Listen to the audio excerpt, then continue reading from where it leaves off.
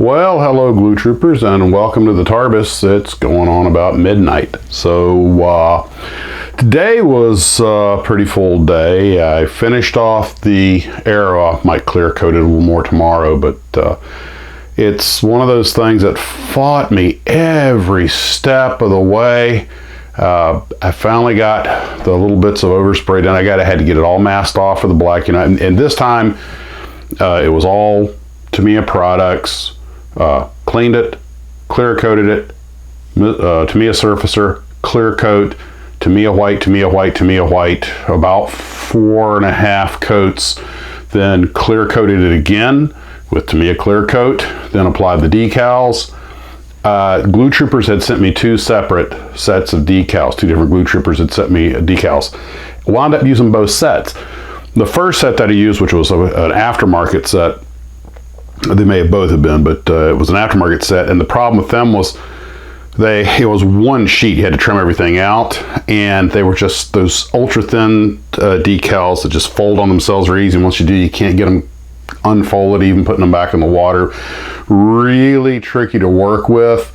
Would have been better probably if I'd cut the bigger, like the black stripes, into smaller sections, but they tore very easily, and were some of them, once they tore, they've been balled up. You couldn't use. They're really tricky to work with, but managed to get them on. They didn't look good because chunks were missing and stuff.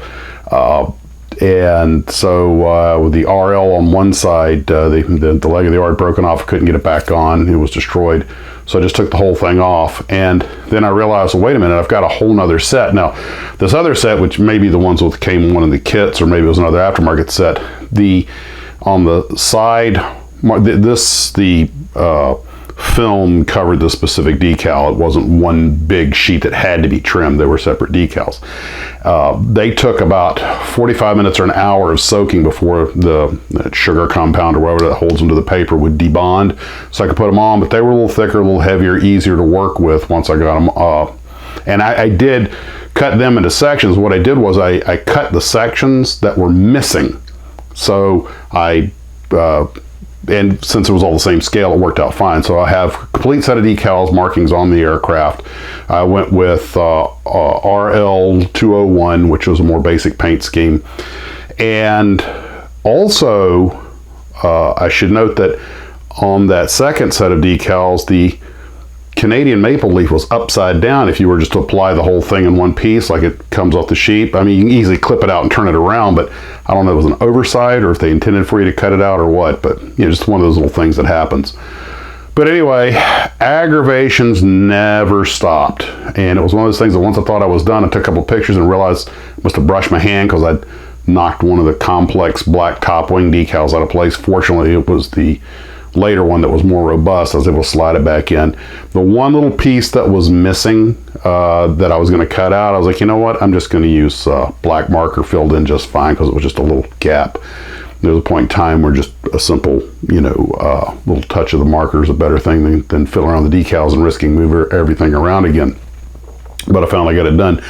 In between stages, I worked on that Atlantis Snoopy ice hockey with Woodstock, and although I still have to put the decals on it and paint it and everything, it's up and working. And so that's what I did all day. I've got it on the shelf here in the TARBUS, and it's where it's going to go. And oh yeah, one other quick thing: a couple more Canadian pictures showed up, so I'm going to put out a little version 2 in a day or so, just with what's left over that still pops in, that comes in. And just a reminder that we do have a live stream Saturday night, but Monday I go back, actually Sunday I go back to work. So I'll be gone for a week, and I don't know if I'll get anything done from the road. I wouldn't count on it. I have to look at my schedule, but it looks pretty busy. I might see if I'll probably take a book with me. I'm reading that Speed Duel book about the world record series, so I might take that with me. I might do more of a book report, and I might take a model with me. I need to check and see how the schedule's gonna pan out. So that's where we're at with that. By the way, quick note before I go, and I don't know if the microphone's picking up, but there really are crickets chirping out here. I mean, it really is going on midnight here. So you ever notice sometimes you just getting that 11:39. Yeah, you ever notice that sometimes you just get in that mode in the middle of the night to want to build? You know, it's like you get some of your best work done. Just, you know, you never know when the muse will strike to go build. But I took a break to let everything settle. My wife and I watched the last episode of The Offer, and also the latest episode of Strange New Worlds. One of their slightly more lighthearted episodes with our space pirates, arg. So, anywho, the thing I was going to tell you was that one of the Glue Troopers sent me something for model railroads. It was a picture of a background that was apparently done by Tom Daniel.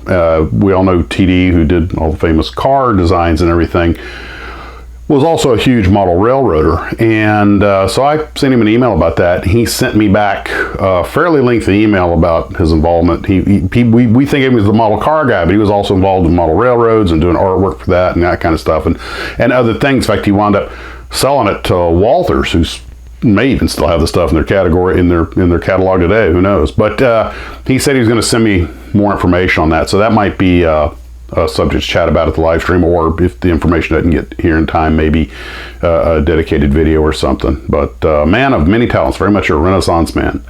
Well, anyway, guys, that's the way it goes here in Florida at midnight. I'm just going to release this here in the middle of the night, and this will count as the morning video, because tomorrow I gotta start doing other stuff. I even got a little bit of work done on Patton's Power Wagon, just a little bit of painting, not much. Well, anyway, guys, we will talk to you later. Everybody have a pleasant evening, or very shortly here, pleasant morning. I would be talking about yesterday, but now it's tomorrow. Take care of yourself, guys, and as always, model on.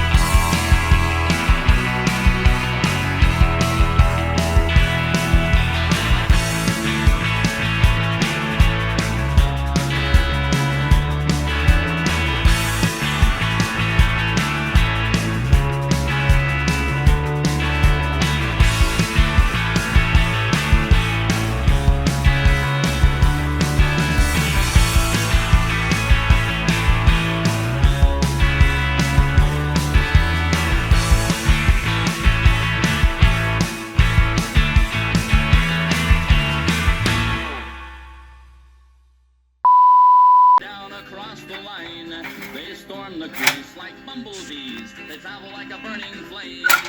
We see them slide the puck inside. So on one hockey game.